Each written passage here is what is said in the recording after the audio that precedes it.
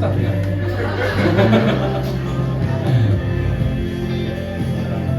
이 시간 섬김의 리더십이라는 제목으로 함께 말씀드리겠습니다. 네, 교회는 영혼 구원에서 제자를 삼는다. 그것이 존재의 목적이라고 우리가 잘 알고 있죠. 그리고 제자가 된다는 게 뭔가? 제자가 어떻게 하면 제자가 되죠? 예수님을 닮는 것이 제자가 되는 것이라고 우리가 참 잘 알고 있습니다. 그러면 예수님을 닮는 것이 뭔가 할 때 예수님이 했던 사역과 그리고 그분의 성품을 닮는 것이라고 또 배웠죠. 그래서 교회에서는 예수님이 했던 일들을 하고 또 그 일들을 하는 것도 예수님의 성품이 드러나야 합니다. 우리가 살아가는 공동체 생활 속에서. 그래서 교회의 리더십 스타일도 누구를 닮아야 될까요? 교회의 리더십 스타일도 바로 예수님을 닮아야겠죠. 그러면 예수님의 리더십 스타일이 무엇인가? 오늘 본문에서 섬김의 리더십이라고 이야기를 해주고 계십니다. 섬김의 리더십이라는 말은 없지만은 세상에서 리더십을 연구 시작한 지 몇십 년이 됐어요. 1900년도 초에 시작이 됐는데 그 결론이 다다른 게 한 20세기 와가지고 이야기하는 게 21세기 들어와서 하는 말이 섬김의 리더십이 있다라고 하는 거죠. 그래서 지금도 학계나 또 기업에서도 이 말들을 잘 알고 있습니다. 이것에 대해서 한번 살펴보려고 합니다. 우리가 리더십이라고 하면은 나랑은 상관이 없다라고 생각하는 분들도 혹시나 계실지도 모르겠습니다. 하지만 우리가 모두가 사실은 리더가 되죠. 어디서든지. 우리가 가정에서 부모가 되는 것도 리더가 되는 것이고, 가장이 되는 것도 리더이고, 또 직장에서도 연차가 쌓이고 또 나이가 들면은 시니어가 되면서 리더가 되게 되어 있습니다. 그리고 교회에서도 직분을 받으면서 집사, 장로가 되면서 리더가 되죠. 그런데 직분이 없어도, 직책이 없어도 우리 모두가 사실은 리더라고 할 수 있습니다. 어떻게 보면 지금은 우리 하민이 같은 정말 학생으로서 제가 리더십이 없는데요 라고 함에도 불구하고 우리는 리더로 살고 있습니다. 왜냐하면 리더십이라는 것의 정의는 공동체가 가야 할 목표를 향해서 갈 수 있도록 영향력을 끼치는 거예요. 무엇을 끼치는 것? 영향력을 끼치는 것. 그것이 리더입니다. 리더십입니다. 그래서 내가 공동체 구성원에게, 크게는 인류에게 내가 영향력을 끼치고 있다면은 나는 바로 리더라고 할 수 있겠죠. 예를 들어서 내가 팀의 말단 사원이라고 하더라도 그 팀의 분위기를 내가 밝게 만들고 또 긍정적인 그런 영향력들을 주고 또 우리 팀이 성공할 수 있도록 내가 돕고 있다면은 나는 리더십을 잘 발휘하고 있는 거라고 할 수 있습니다. 또 누군가가 예수님에 대해서 알 수 있도록 섬기고 돕는 것도 그 사람의 영원한 삶에 대해서 영향력을 발휘하는 것이기 때문에 리더십을 발휘하는 거라고 할 수가 있죠. 그래서 리더십 스타일은 어쩌면은 내 삶의 스타일, 내가 어떻게 사는가의 스타일이고 내가 사람들과 관계하는 스타일이라고 할 수 있습니다. 그래서 내가 예수님을 닮는다, 제자가 된다 하는 것은 내 리더십 스타일을 예수님의 리더십의 스타일로 바꾸어가는 게 제자가 되는 거다라고도 이야기를 할 수 있을 것 같아요. 그래서 우리가 높은 자리에 있든지 낮은 자리에 있든지 자리가 아예 없든지 간에 우리는 예수님의 리더십 스타일이 필요합니다. 우리 모두가 리더이기 때문입니다.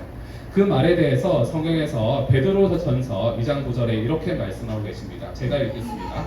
그러나 여러분은 택하심을 입은 족속이요 왕과 같은 제사장들이요 거룩한 민족이요 하나님의 소유가 된 백성입니다.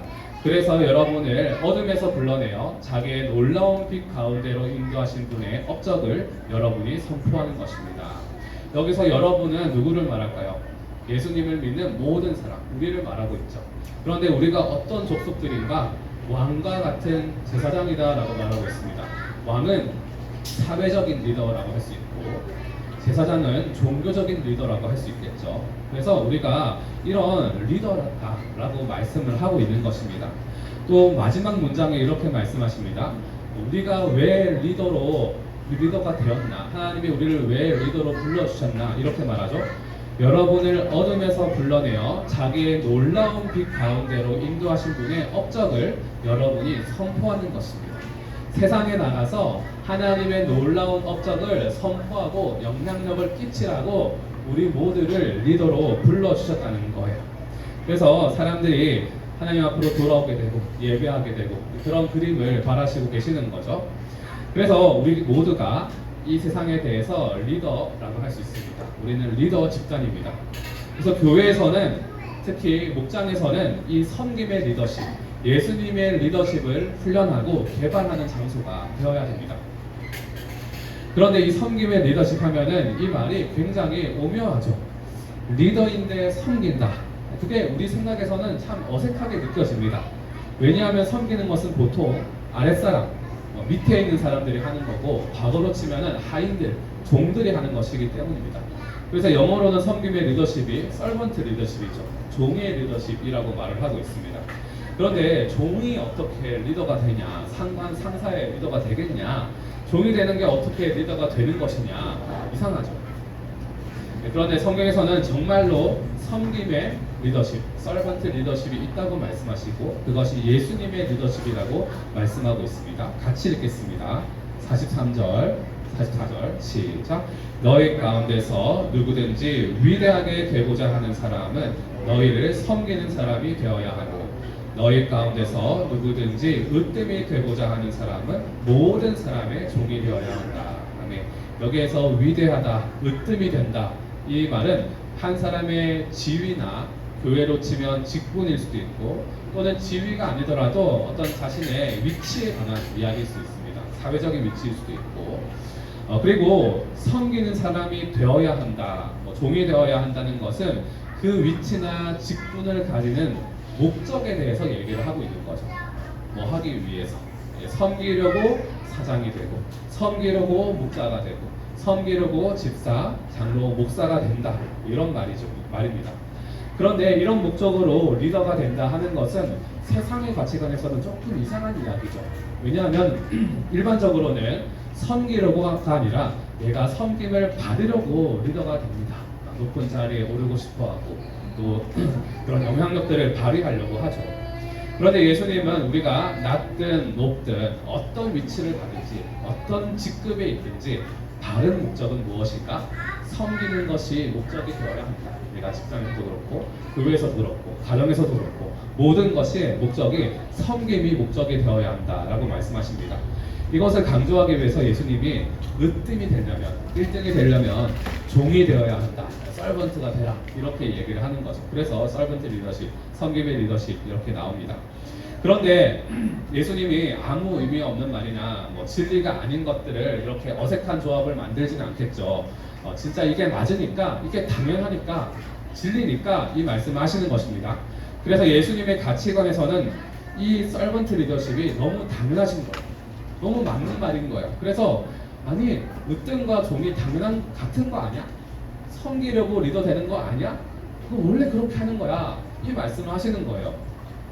그러면 예수님의 생각과 가치관이 왜 우리가 사는 이 세상의 가치관과 좀 다를까요?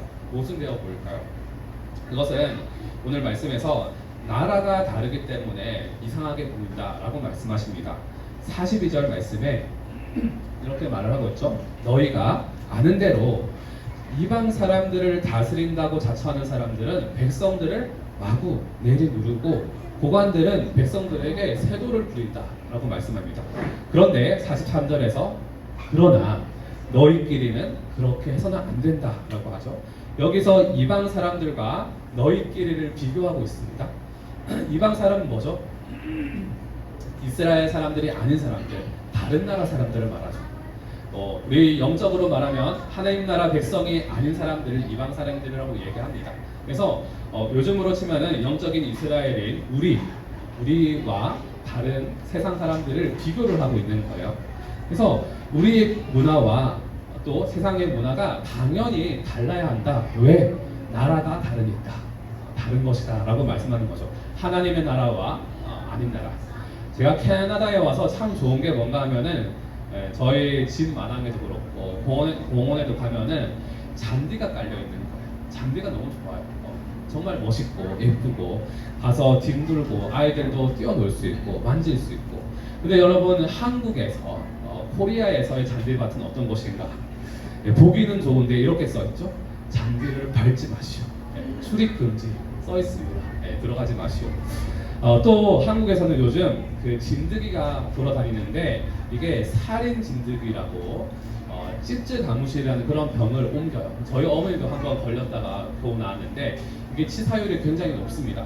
그래서 잔디밭은 조금 위험한 곳이다, 이런 인상이 한국에는 있습니다. 이상하죠, 그죠? 그것처럼 나라가 다르면은 사는 방식이 다르고 가치관이 다르고 문화가 다르죠. 예수님도 나라가 다르니까 리더십도 달라야 한다라고 말씀합니다. 그게 사실 구별됨이고 거룩이라고 할 수 있습니다. 물론 눈앞에 보이는 현실은 모두가 섬김을 위해서 달려가니까 좀 어렵죠. 우리가 거기에 적응하는 게. 그래도 우리는 예수님을 믿고 하나님의 백성이 되면서 나라가 달라졌으니까 달라야 한다라고 말씀하시는 것입니다. 저도 나라가 달라지니까 잔디밭에서 막 뒹굴고 노는 게 이제 자연스러워졌습니다. 공원에서 막 고기 굽는 것도 자연스러워졌습니다. 한국에서는 상상할 수가 없었는데, 그처럼 나라가 바뀌면은 으뜸이 되는 것과 종이 되는 것이 자연스럽게 조화롭게 보이게 된다는 거예요. 그래서 이런 상상을 우리가 해볼 수 있습니다. 예수님은 왜 이 땅에 오셨을 때에 천한 동네에, 정말 아무도 모르는 그런 동네에, 시골에 여관도 아니고 마국간에서 태어나야 했을까? 또 요람이 아니라 가축들이 밥을 먹고 있는 그런 구유에다가 제일 처음에 예수님이 누워야 했을까? 왜 그렇게 낮아지셔야 됐을까? 그런 생각을 할 수 있죠. 그런데 이 땅은 이방 땅이기 때문에, 그 천국과 다른 곳이기, 다른 나라이기 때문에 진리와 질서가 왜곡되어 있습니다. 그래서 하늘나라에서는 빛나는 예수님의 높은 영광과 또 그분의 뛰어난 겸손, 그런 종의 성품들, 그거를 조합해서 이 땅에서 잘 나타내 보이려고 하니까 그렇게밖에 보일 수가 없는 거예요. 캐나다 달러가 미달러가 되면은 손해보는 느낌이 드죠. 뭔가 환전을 하면은 숫자가 달라지기 때문에 참 이제 손해보는 느낌이 듭니다. 마찬가지로 하나님 나라의 가치관을 이 땅에 가시적으로 치환을 하니까 그렇게 손해보는 기분이 들 수가 있는 것입니다. 왕인데, 리더인데 낮고 낮은 곳에서 태어나고 섬겨야 되는 것입니다. 그래서 예수님이 태어났을 때 이 땅에서는 참 이상한 조합이다, 그렇게 보이는데 천국에서는 하나도 이상하지 않은 거예요. 당연하네, 너무 영광스럽고 너무 멋있는 왕의 모습이다 라고 막 칭찬하고 놀랐을 거예요.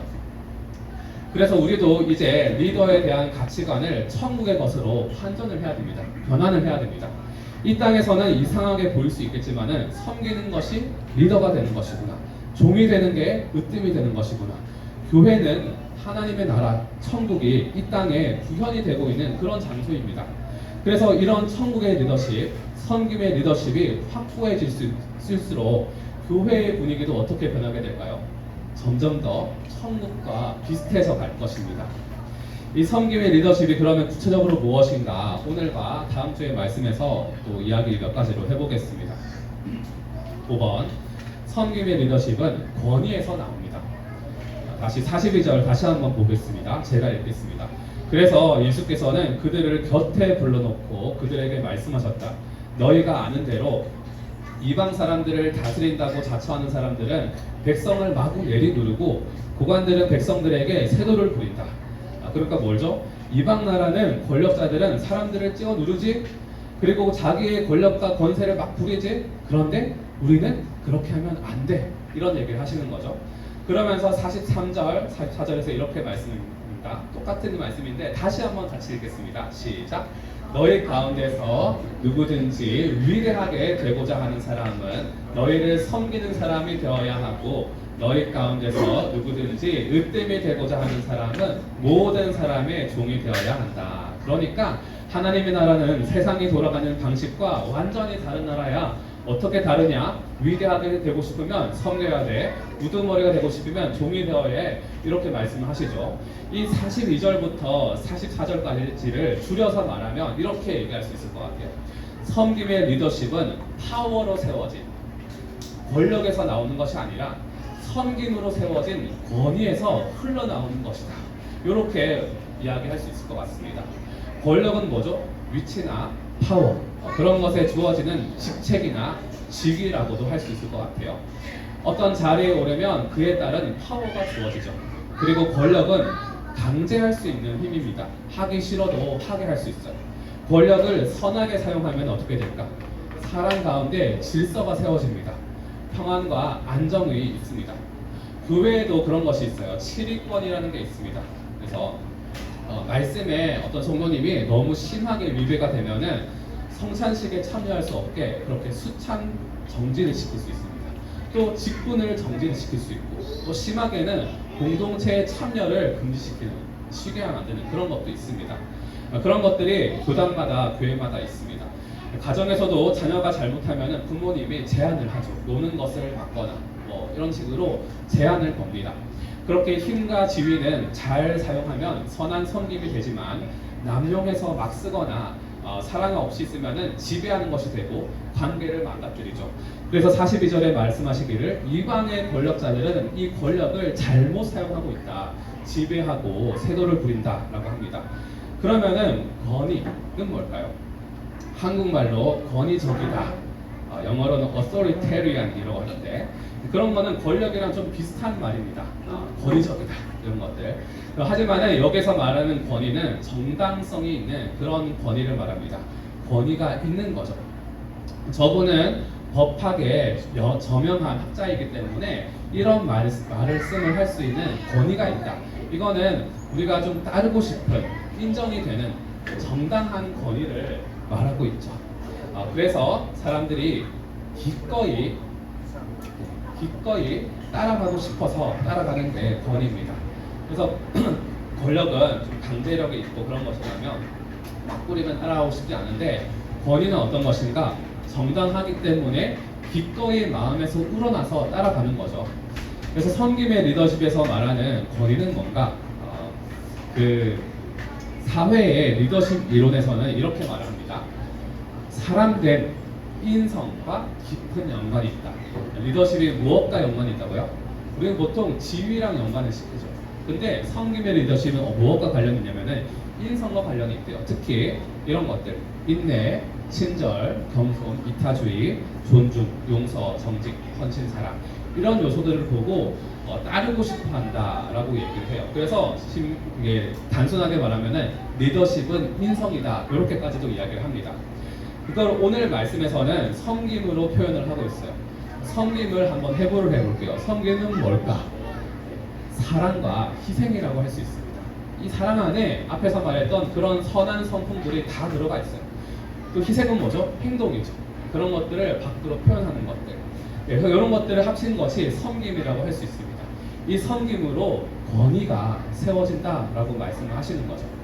그래서 권력으로 하면은 이거 안 해, 이거 안 해, 그러면 면미할 거야, 또 회사에서는 자를 거야, 이렇게 이야기하는 것이 강제력에 깔려 있는 것이 있을 수 있는데, 권위는 우리 엄마가 부탁했으니까 내가 들어줘야지.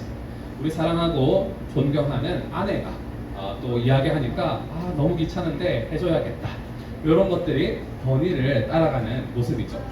그래서 섬김의 리더십은 권력이 있는 사람이든 없는 사람이든 다 사용할 수가 있습니다. 왜냐하면 이 리더십은 파워나 힘으로 세워진 권력에서 나오는 게 아니라 어디서 나온다고 하죠? 사랑과 희생으로 세워진 그런 섬김으로 세워진 권위로부터 흘러나오는 것이기 때문입니다. 예수님도 어떻게 했는가 보니까 하나님이시기 때문에 정말 이 세상에서 무한한 권력이 있습니다. 뭐든지 마음대로 할 수 있어요. 조정도 막 할 수 있을 거예요. 근데 그렇게 안 하시죠. 또 이 땅에서 권력을 취하지도 않으시죠. 대신에 어떻게 하시는가? 사랑과 희생이 들어간 십자가 죽음이라는 그런 섬김으로 우리에게 영원한 생명을 주셨습니다. 그래서 우리가 예수님이 은기 집사님, 예수님이 막 부탁을 하면 거절할 수 있겠습니까? 네, 못합니다. 아무도 이것을 거절할 수가 없죠. 왜? 섬김으로 세워진 권위가 있기 때문에 이것을 우리가 순종할 수밖에 없는 것입니다. 기꺼이 하게 됩니다. 부모님도 자녀에게 좀 잘못하고 실수를 해도 권위가 있죠. 왜? 생명 바쳐서 낳아줬고 또 피땀 흘려서 가르쳐줬기 때문에 나이가 들고 아이들이 사회적인 지위가 생기고 돈이 생기고 그래도 부모님을 존경하게 됩니다. 권위가 있죠. 그러면 교회는 어떤가? 제가 여러분에게 이래라 저래라 하면서 안 하면 절대 안 됩니다. 네, 합니다. 절대 안 돼. 그리고 안 하면 벌 받아. 뭐 혼낼 거야 이러면은 하실까요? 네, 안 하시겠죠, 그죠? 아무도 안 할 것 같아요. 네. 그런데 말씀으로 섬기고 또 기도로 섬기는 것을 아시니까 여러 가지로 사람이 좀 부족해도 이해해 주시면서 또 허그하자 하면 또 허그도 해주시고 이렇게 담임 목사로서 대우를 해주시죠. 우리 교회 목사님들도 섬김을 받기보다 오히려 섬기십니다. 이익이 없는데도 불구하고 사례비도 안 받는데도 불구하고 섬기고 먹이고 또 집도 오픈하고 기도하고 신방하시고 그렇게 사랑과 또 마음과 희생으로 섬기니까 자연스럽게 거리가 생겨나죠. 제가 휴스턴 서울교회 갔을 때 기억나는 게 있는데 거기는 침례교회, 우리와 좀 다른데 침례교는 장로님이 없습니다. 안수 집사님들이 모두 장로님의 역할들을 해요. 근데 어떤 목사님이 차를 마시면서 저한테 이런 얘기를 하는 거예요. 저는 안수 집사 절대 안 될 거예요. 그러면서 집사님이 되려면 꼭 해야 하는 상공부구 5가지가 있는데 마지막 거를 안 하고 있대요. 왜냐하면 안수 집사를 시킬까 봐서. 그런데 왜 하기 싫은지 물어보니까 집사님들이 교회에서 교회에 사시는 거예요. 정말 모든 일을 도맡아 하시고 모든 자기의 삶을 들여서 섬기시는 거죠. 그 목사님도 열심히 있고 신실하신 분이신데 그러는 거예요. 그러니까 옆에서 목녀님이 이렇게 말했습니다. 아니 누가 집사 시켜준대? 이렇게 얘기를 하기도 했는데 사실 그렇게 집사님들을 존경한다는 말을 저희한테 해주셨던 거예요. 우리는 참 존경하기 때문에 존경한다. 내가 따라갈 수 없다. 이런 말씀하시는 거죠. 베드로후서 5장 3절 4절에도 똑같은 말씀하십니다. 같이 한번 읽겠습니다. 시작. 여러분은 여러분이 맡은 사람들을 지배하려고 하지 말고 양떼의 모범이 되십시오. 그러면 목자장이 나타나실 때에 변하지 않는 영광의 면류관을 얻을 것입니다. 네, 같은 말씀이죠. 권력이 있는데 그거를 지배하는 게 아니라 오히려 다이나 네, 아빠 설교하고 있어. 자, 교회에서 또 지위가 있다는 것은 또 직장과 사회 이거 제가 놓쳤네요. 네. 권력이 있는데 그걸로 지배하는 게 아니라 오히려 모범이 되어서 기꺼이 따르게 하라, 권위로 하라는 거죠. 우리가 집에서도 직장에서도 사회에서도 교회에서도 지위가 있다, 또 직분이 있다라는 것은 많은 사람들을 또 많이 섬기라는 것입니다. 사랑과 희생이 섬김인데 그렇게 섬기면은 권위가 생기고 그런 리더십이 더욱 세워질수록 우리의 가정에, 직장에, 사회에 예수님의 냄새를 풍기게 되고 천국이 확장이 될 수가 있습니다. 6번 같이 읽겠습니다. 시작. 섬김의 리더십은 섬김을 인생의 목적으로 둡니다. 45절에서 이렇게 말씀하고 계세요. 인자는 섬김을 받으러 온 것이 아니라 섬기러 왔으며 많은 사람을 구원하기 위하여 치를 몸값으로 자기 목숨을 내주러 왔다. 여기서 내가 뭐 하러 왔다고 말씀하세요. 그러니까 목적을 이야기하고 있죠.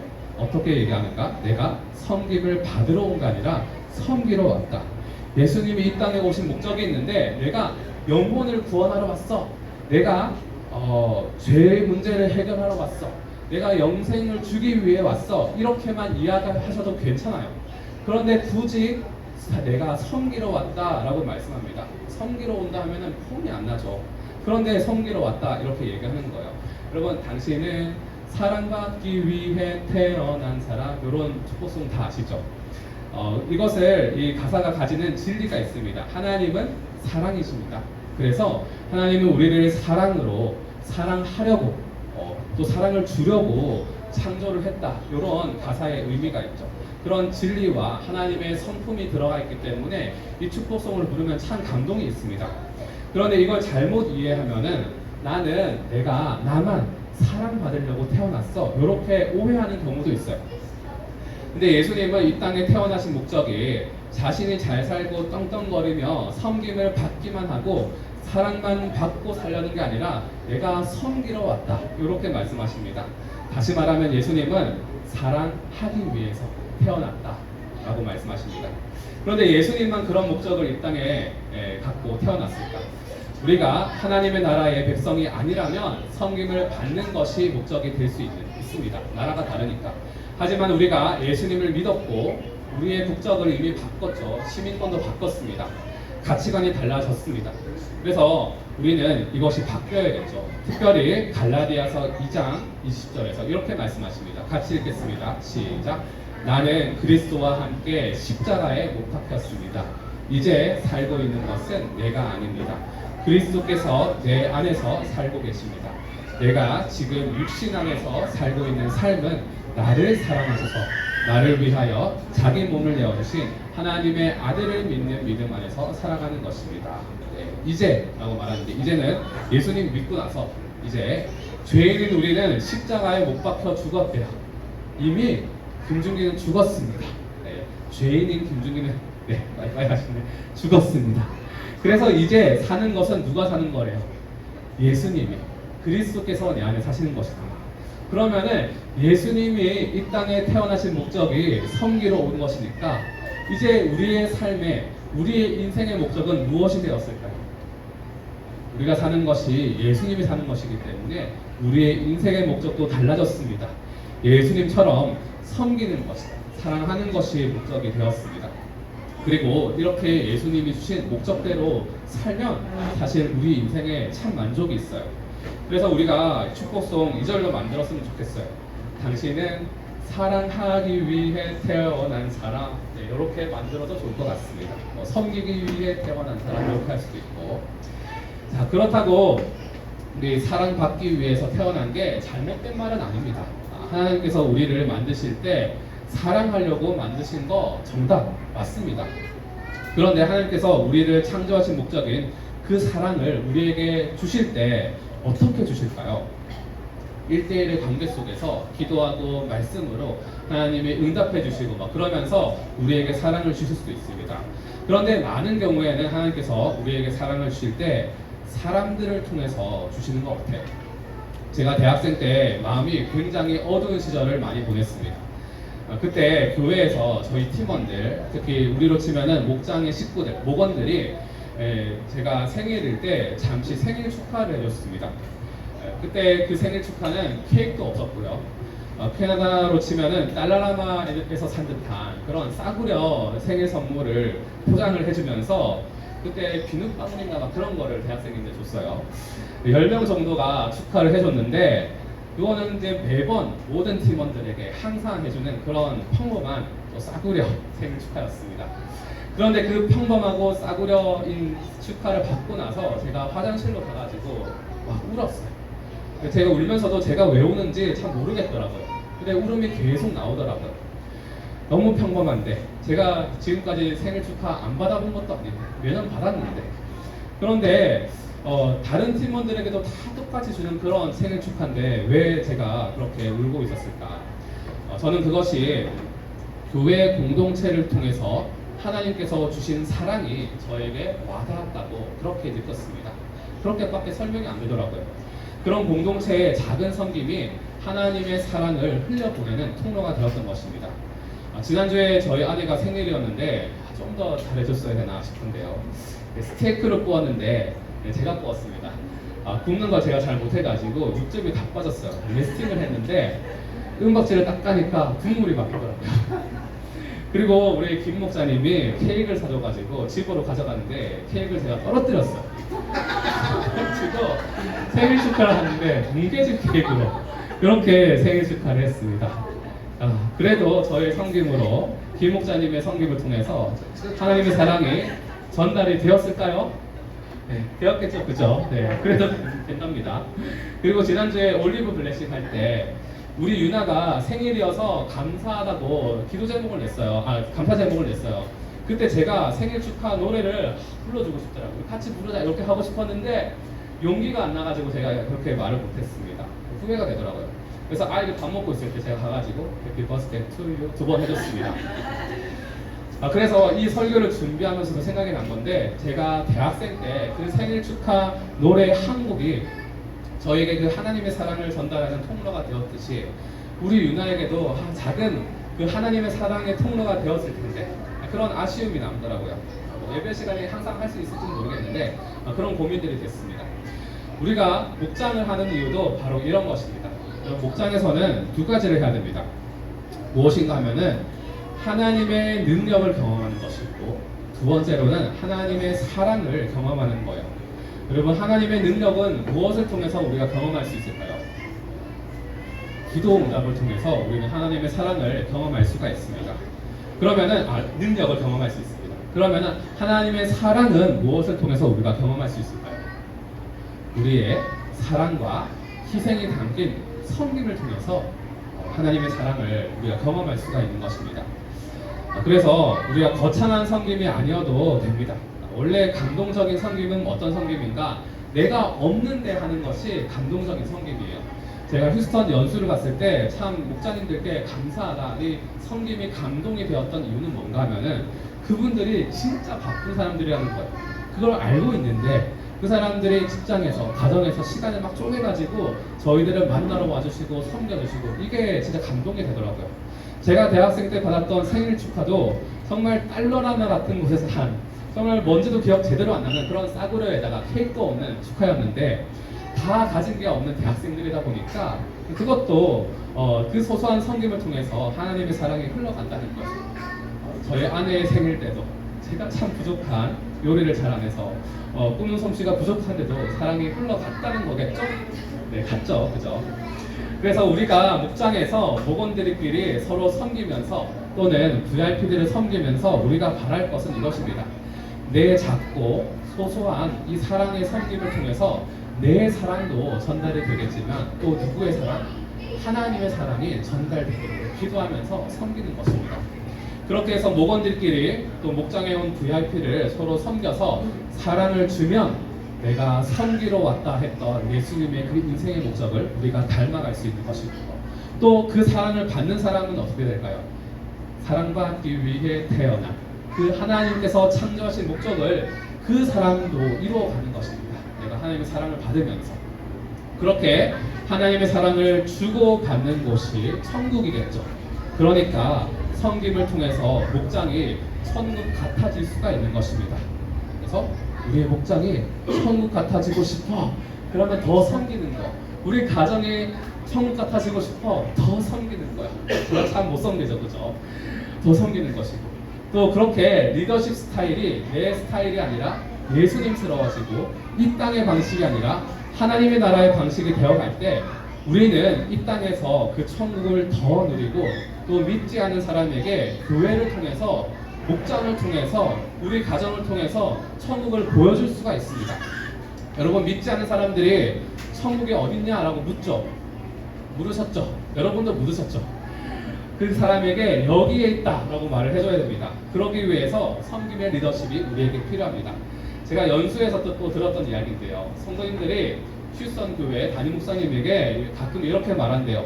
자기는 천국이 있는 줄 알겠대요. 왜? 목장을 보니까 이런 게 천국이 아니겠냐, 이렇게 말한다는 거예요. 그 목장을 보니까 천국이 있다는 게 느껴진다는 거죠. 저도 그때 처음 모임 가보니까 야, 그 말이 맞구나, 이해가 되더라고요. 근데 여러분도 공감이 되시죠? 저도 우리 교회 목장들을 방문해 보니까 그 천국의 모습들을 종종 보거든요. 섬김의 리더십이 우리 교회 가운데 있기 때문입니다. 우리 교회는 앞으로도 더욱 천국을 누리고, 더 예수님의 스타일, 천국의 스타일인 이 섬김의 리더십이 우리 교회의 문화가 되고 가정의 문화가 되어서 이렇게 되는 것을 저는 꿈꿉니다. VIP들이 와가지고는 교회가 이런 곳이었어? 내 생각이랑 다르네? 진짜 천국이 있긴 한가 보네? 이렇게 되기를 꿈꿉니다. 이미 우리는 그렇게 되어가고 있고, 또 앞으로 더욱 그렇게 될 줄로 믿습니다. 우리 시간 말씀을 기억하시면서 함께 기도하시겠습니다. 오늘 섬김의 리더십